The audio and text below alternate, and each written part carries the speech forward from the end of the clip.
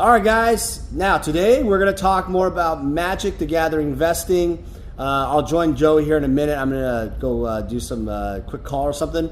Joey, why don't you talk about your journey of why you're investing in Magic, some of the things that, tidbits. You talked about graded cards with me. You talked about, reserve lists, Arabian Nights. Tell me all about why you've gone to investing now. Absolutely. Thanks, Dan.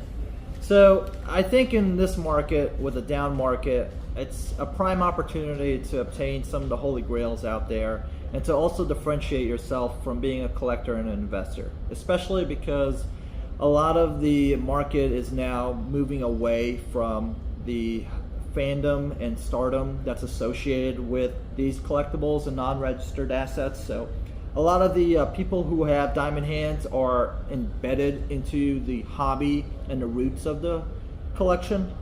And so if you do not collect for just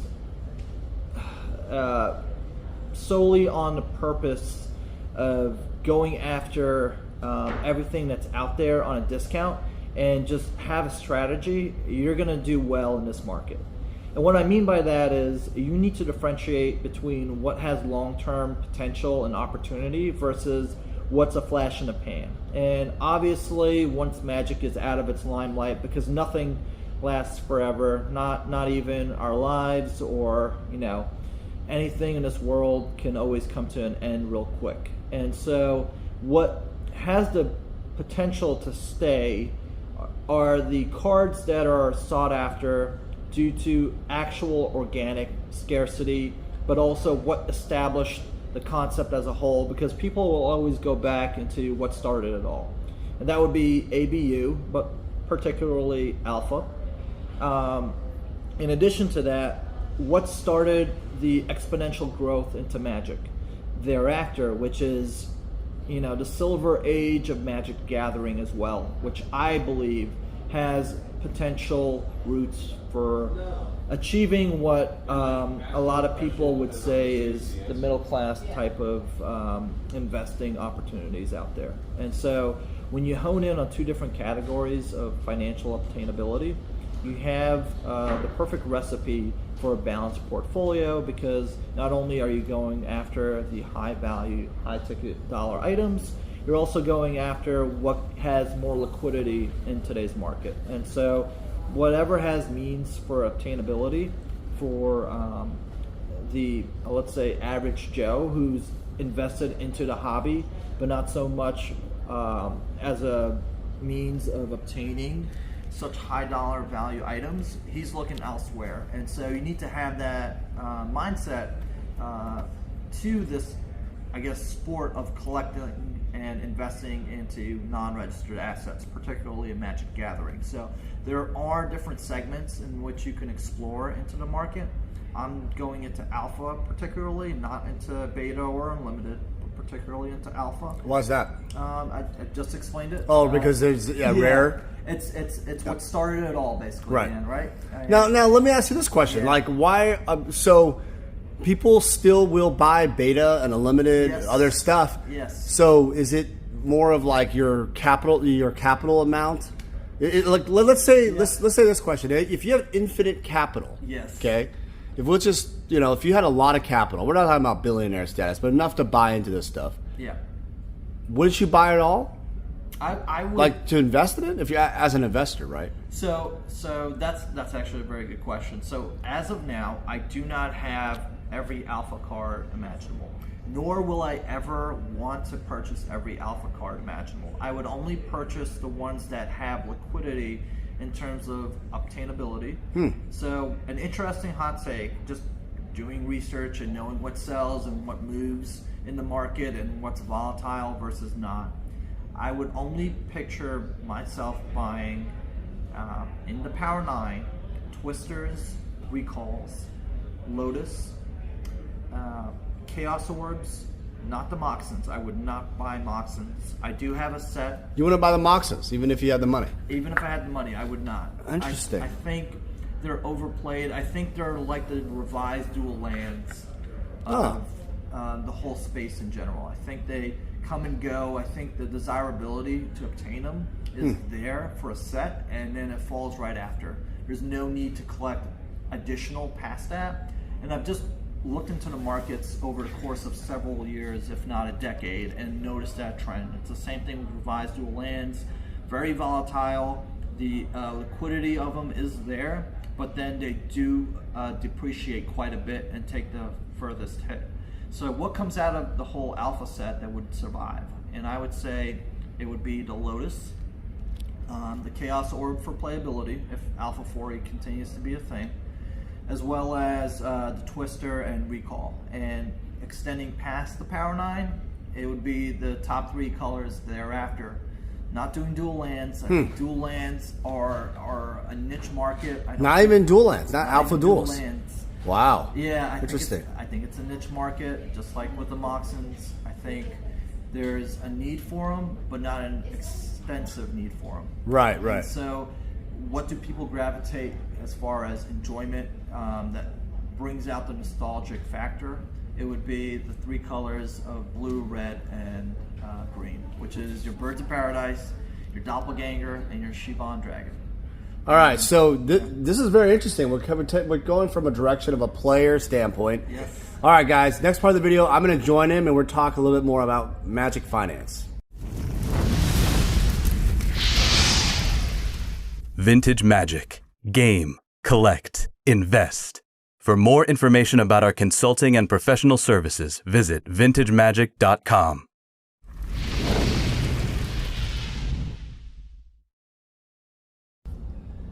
All right, guys, we're back. All right, I'm going to see if I can join him. All right, here we go. Hopefully the quality, this is like The View. It's like a debate session. Nice to meet you. Nice to meet you, man. Yeah, likewise, man. Enjoy your coffee. It's been sitting out for a while. Oh, shoot, we just moved it. Oh, jeez. We're doing a backup. We're doing a weird tripod setup, guys. See, look, we're using this as a tripod. That's what's going on. All right, we're almost there. All right. That's why they leave these. All right, we're going. All right, good. All right, Joey's there. Okay, good. All right, guys. So we were talking about Magic Finance, and I wanted to ask you, what happens when all this stuff ends, like end game? I've always wondered, like from a collector standpoint, what is your end game for all this stuff? Very good question, Daniel, actually. You know Mark Latanze? So I purchased 2 sets from him in person, and when I met him in person twice, he asked me the same question twice. And he said, Joey, what's your exit strategy? Do you have a plan? How are you doing this? And my new girlfriend, Amy, shout out to you. Thanks for watching. Thanks for a little louder to say that. Come on. Thanks for watching. Hi, Amy. Wake up. So she asked me the same thing, and I said, you know what? I never had any financial literacy or investments being passed down to me in our family, and I wanted this, sort of how Rudy chimed in on this, to be generational wealth for my offsprings. And so my exit strategy would be to sort of pass it over to my offsprings and teach them that you can actually find investment opportunities and things that you do love and cherish and appreciate. I think it's a beautiful message, not only to people who are trying to figure out what they want to do in their lives, but also let them know that there's more than just getting a 9-to-5 job and living off that. So that would probably be it. I don't think I have any plans of offloading my entire collection. I think financially I'm stable enough to a point where I don't need the funds to live day to day, let's say. So I am an investor. Obviously, I do sell a bit of my collection. I call that my rotating collection.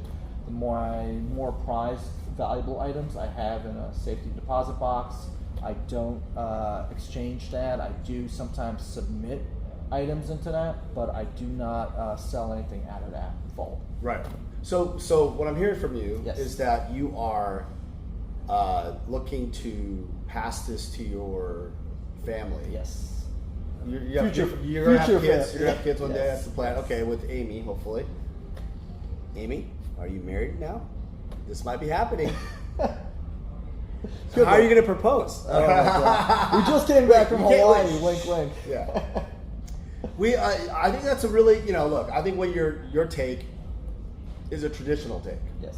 right? I have a theory on this.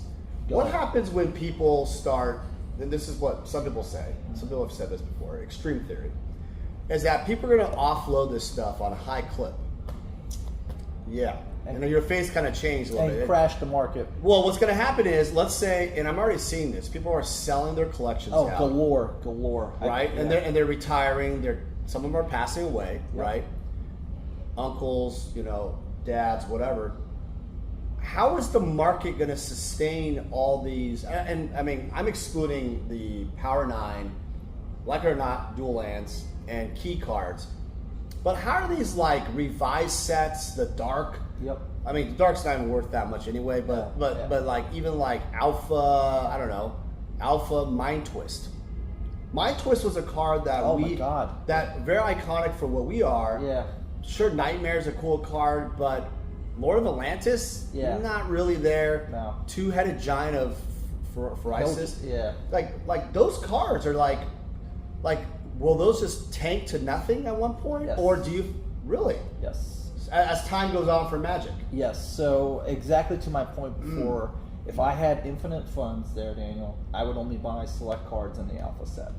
I think long-term you would just hoard the crap out of Chaos Orbs and Black Lotuses. Black Lotuses, Siobhan Dragons. Shout out to Philip, Philip in Hawaii. Yeah. And You guys know you met him. I haven't met him. I saw him through your videos. Yeah. I've lived Magic through you, Daniel. Okay. And I think I'm just going to put this out there because I think there is a stigma. Dan is an awesome guy. Oh. Not only that, he brings a lot of what Magic was and still is in the forefront. And I think very few people do that on YouTube. So thank you for what you do, that, man. Yeah, absolutely. Appreciate that. Now answer the fucking question. Yeah, I know. Trying to avoid that. He's avoiding the question. I am. You have to back up your take because why is it going to go to nothing?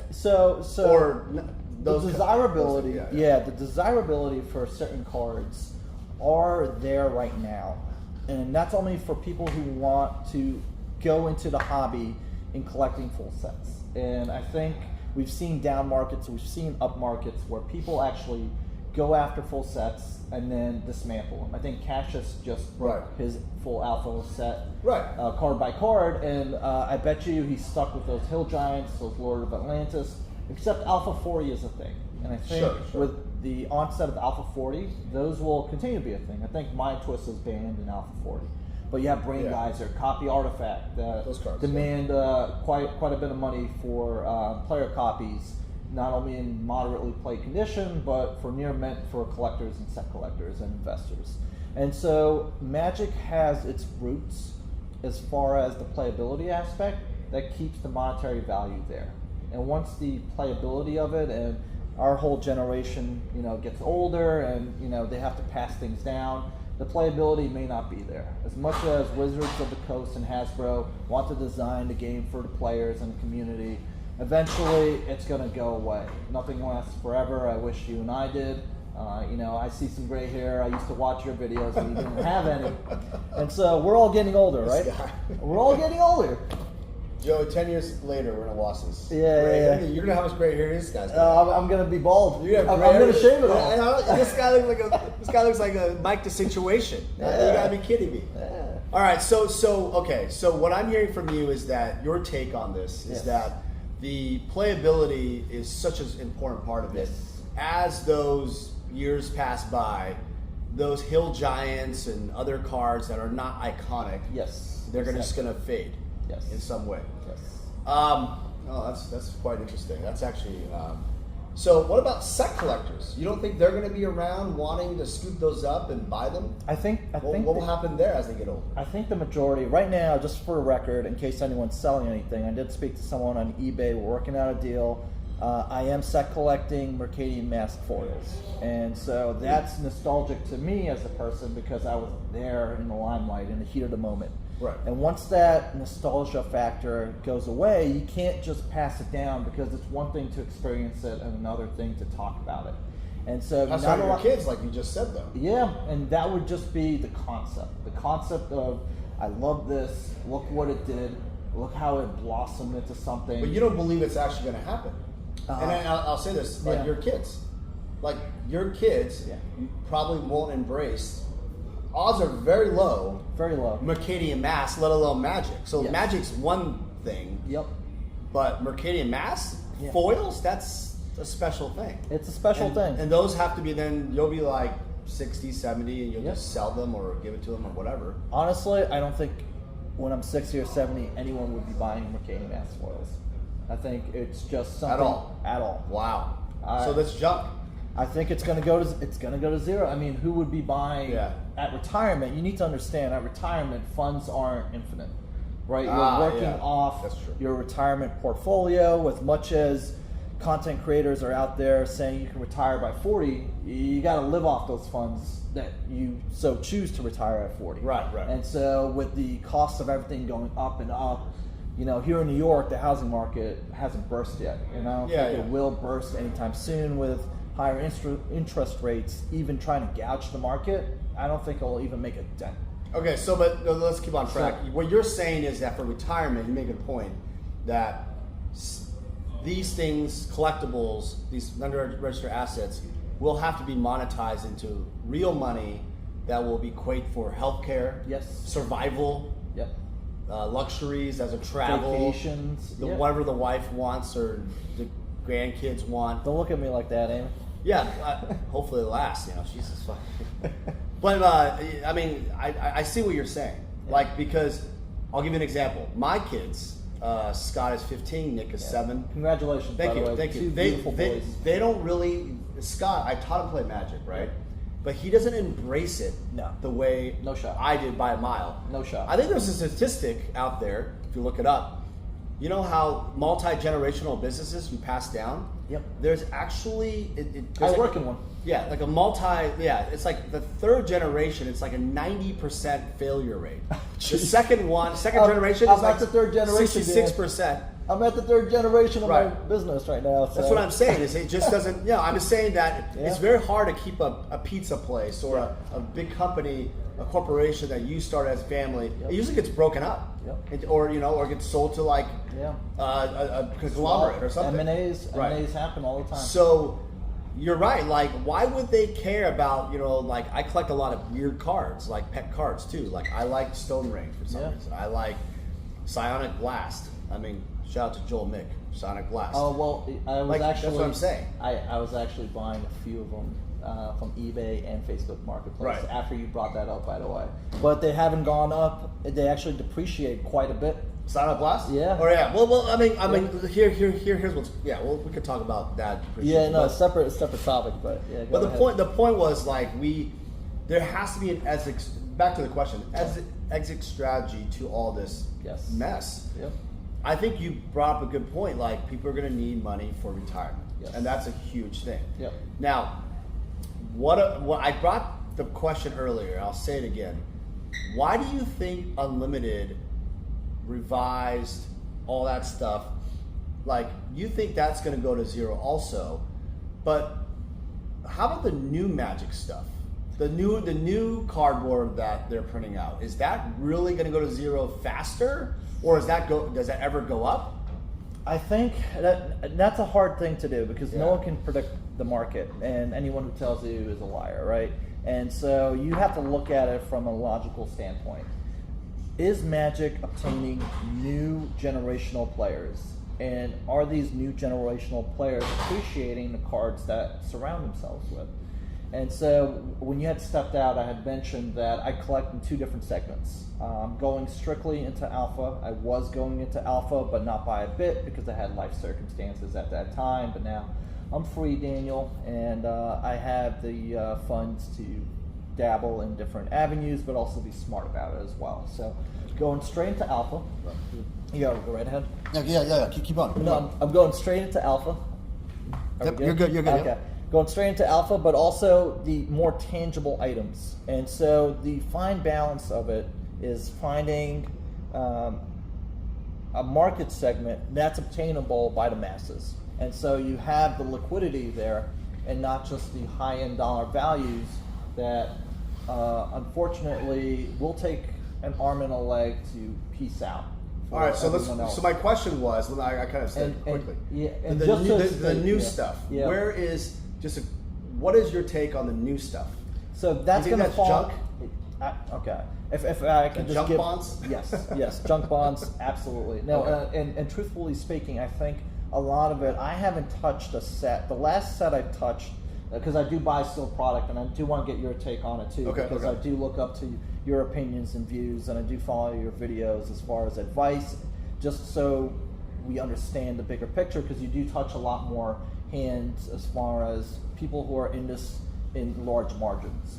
And so sealed product I stopped collecting or investing into since Throne of Eldraine. Wait, hold on a second. New stuff. New stuff. So junk. Junk. That's my only question.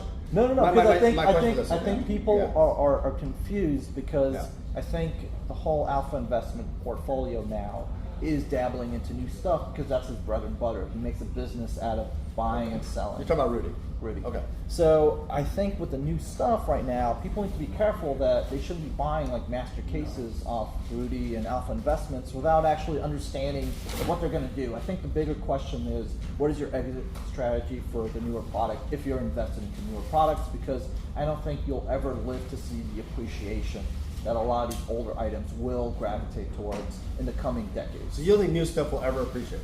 They will, I think. They will. They will. Not by a large margin, I think. Okay. If you look at like New Phyrexia, Avacyn Restored, Shards of Alara, like the Silver Age products, they've appreciated, and people. No. I'm talking. By the way, I'm talking about new stuff. I know. The stuff now. I think they will see returns, but not as great as, let's say, New Phyrexia, Zendikar, Worldwake boxes. And so like Lord of the Rings, all those things, all that the new Dominarias, you don't even think those are going to go. I lost so much money on Dominaria as far as not Dominaria United, but Dominaria because the limited print run of the original booster box. And so I was buying boxes at 200 and they're selling for like 150. And so I had like about maybe 60 boxes. Okay. And I lost. You're trying to be like kind of like the Rudy in a way. I do buy steel product. I love steel product. I think Rudy's method, that is. Yeah, I think steel product has its merits. Okay. In a different limelight than the cards themselves. Okay, so I'm gonna just answer the new stuff real quick. New stuff is junk, and Junk. I'll tell you. I'm not saying because I'm not saying that because I sell the old stuff. It's junk because of this reason. Yeah. The continuous reprints that they do all the time is going to kill the value of the previous sets. Yeah. Sure, the artworks are different, but eventually you can only have so many Force of Wills, Mana Crypts, whatever fetch lands, in so many different variations where the market is extremely saturated, right? Yeah. Eventually, they're just going to go to junk bond status. Yep. I don't see them ever rising because what happens is like the Troll and Toad thing, right? They went out of there, stopped doing Magic, right? They stopped buying Magic. People were buying new Magic, and they were expecting to make money when you open the packs and sell the singles. Yep. What happened was they buy it and it goes down like a used car, a new car, right? You lose 50% pretty much, or whatever. When you lose money as a store, instantly when you buy a brand new box or anything, that wasn't Magic back in the day. You could probably break even, have a little fun here and there, maybe make some, right? Even make some EV, but that is no longer. And that primarily is, due to like wallet fatigue, but also the reprint problem. Yes. So I really think that I think it's kind of gambling. When you're buying these like 60 boxes or Dominaria or whatever, trying to make, let's say, what were you hoping for? Making $100? $100 times 60 is 6,000, but that's like at what speed? At what speed? How can you sell it off? You're holding things that take over your house, right? Space. It's not efficient. So I don't think the method that Rudy has implemented over the years, where you buy cases, boxes of new product, sit and hold method, is going to work. I don't think it'll ever work again. What he did back in the day was buy, Weather Lights, Mirage. He had the foresight to buy them at a lower price, and of course he'll go back like, well, Dan, I bought them, dirt cheap back in the way. It'll happen again. It's like saying Apple was once $1. Disney was cheap, so why don't you buy it? Yeah, the era you were in was a time to invest. Yes. But nowadays, it doesn't mean the system applies to today. So that warning is what you said was very important. Like, if you're gonna put money into new stuff, you're probably gonna lose your investment, in my opinion, in the long term, especially if you sit in a hole, or such a high percentage that you're just like, I don't know why I even did this. Yeah. Right. Now, I just want to interject right there. I want to make the clear distinction that the newer products being sealed is different than the singles. And I think newer singles will utterly be like junk bonds. I agree with you 100%. Crap, yeah. With the sealed product, I think there are certain exceptions, and one of them would be like the Lord of the Rings collector boosters, because it was a period in time where Magic was trying to go after something that was larger than itself, which was the one-of-one. And you have a position in this? I do not have a single box. You're saying it as an opinion? Yeah, as an opinion. Fair enough. Would I put money into that category versus Alpha? I know Alpha is a sure bet, and so just being an investor. But you just said Alpha was going to go to zero. No. Alpha, as far as the singles that I. Only the ones that you foretold. Wait, the list is only Ancestral Recall, Time Twister, Key Cards, Chaos Orb, Ship and Dragon, Bird Paradise. Okay, so there's a lot of cards you're missing there. I know. You don't even like the dual lands. I don't. You don't even like. Lands. You don't even like what else? The Moxes. Yep. The Moxes are like revised duels. That's what he said earlier. Yep.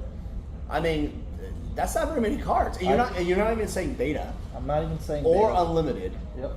I have a beta set that's 70% complete. Wow. And I stopped collecting beta as soon as Alpha. So those will appreciate the ones you're saying. Yes.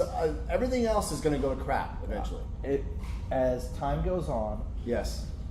And I'm talking a large amount of time. I'm not talking like 30 years. I'm talking 30, 40, 50 years down the horizon. And then obviously I'm going to be much older. Our generation fades away, And I'm going to be passing all that. And so whatever they choose to do with it, God bless them. And if they want to sell it at the time to recoup losses or invest into other things, because there are other potential opportunities out there for making money. And so if you're in the business of making money, you should use those funds to 10x your money instead of appreciate the hobby in and of itself. It's nice to have a broad portfolio of items. Right. And so the memories are always there with me, but I can't pass those. How about graded cards? Aren't graded cards going to hold value then? Yes. The top tier? Yes. But how about like the commons and the uncommons of the graded cards and the rares? Those will hold value either? I don't think so. I mean, so set collecting is just going to die. I think set collecting is going to die. Even full alpha set, no one's going to care. Yeah, I don't think people are going to. Interesting. Because for something to demand value, there has to be a demand for it. And so it's laws of attrition with supply and demand. And so if no one is seeking those PSA 10, BGS 9.5s, even the pristine black labels, I just don't think they're going to hold their value. And so what we're seeing. So what you're saying that people aren't going to actually seek those cards when we're older?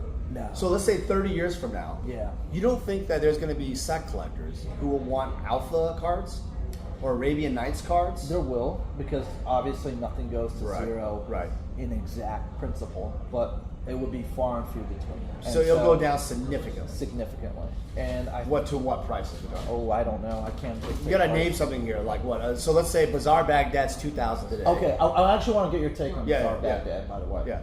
Was this Bazaar Baghdad on that list of they're immune to that? Is that what you're saying? So my question is, what level are we talking about here? Like if Heirloom Minotaur right today is freaking like $50. $50 mint. Yeah. What does it go to in 30 years if people don't really want it? Dollars. A dollar? Dollars. Wow. I don't think you'll list it up. You'll ask for it. We'll even ask for 200. No one's gonna want an alpha. So the revise is gonna be what? Not even a penny. No. I don't collect revise. But what will revise be then at that point? Pennies. The dual lands might be like $100, but that's only for playability. Again, it's all about playability. You're saying that the people 30 years from now, they're not going to buy into it and collect it or play it? I think it would be far and few between. Because Magic's going to be what? Digitalized and no one's going to care or what? Yeah, exactly. I think we're at a point in our lives where we're separating ourselves from where we left things behind years ago. And the only remnants of it is the nostalgic factor and the memories that we hold to ourselves. And once that sort of leaves that generation and we go into a new dawn where generation that we're having right now, your kids, for example, what they cherish the most will be at the limelight of everything else. Got it. And you're saying that Magic the Gathering is not the limelight I think for them? No. I think... Because, do you think it's because of Wizards, the way they've done it, or do you think it's a combination of other social media stuff or other millennial thoughts that they want to collect? Exactly. I think the market right now is so saturated with products, not just in Magic Gathering. Obviously, I think they're worst enemies, but just between different collectibles, Flesh and Blood, MetaZoo, Pokemon, for example, the new one that came out, Sorcery, thank you. That's all going to just flood the market, and so there's no clear direction for people to gravitate towards. And I think it's the same destruction as we've seen in early days of Magic Gathering, where the community sort of dissipates. And once you lose the community, then the hobby itself ultimately fails. And so we've seen that with World of Warcraft, for example, where it was at one point a 10 million subscriber base. They were the biggest. The biggest. I mean, talking like unobtainable levels of money being generated, only because the passion was there. So when they were Blizzard and not Activision Blizzard, they were for the player in terms of being able to create something to harness a community. And that's what the early days of Garfield games and Wizards of the Coast was sort of striving for. And so once you lose that factor, you're not able to rekindle it. I mean, we've seen this with a lot of like old school framed cards that people are like, oh yeah, that's like the old days. Right. But then they don't have any merit because you don't really do anything with them. You just look at them. Right. And unfortunately, it doesn't invoke the same nostalgia as the original foils or retro frame. All right, last question in this video, and we're going to wrap it up. Yes. Sports cards. Okay. I have two parts. Yes. Two things. First off, quickly, are sports cards in that same category as they're going to go to nothing too? All right, so... because people, I didn't grow up with Michael Jordan. I didn't grow up with Mickey Mantle. I grew up with Michael Jordan, actually, but I never really watched him in person. Not Mickey Mantle, no Babe Ruth, but for some reason those are worth even more than ever. Yes. Why would those be worth anything? Are they in that category of immune? Those are the Holy Grail cards? Yes, so I would classify those, the Honus Wagner, obviously, for people who have that type of wealth.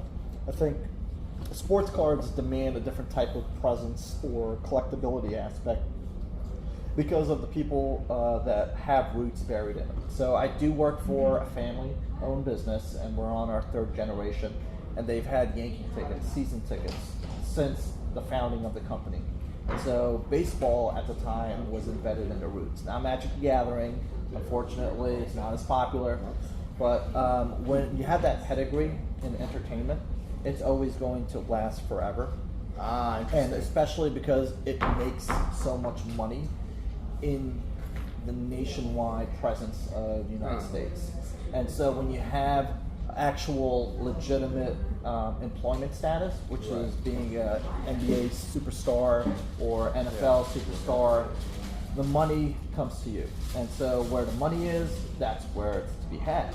Now, when you spin it off into a byproduct of that, say for sports cards, and you milk it, and you just keep going through that churn and burn, well, you're going to see that across different media.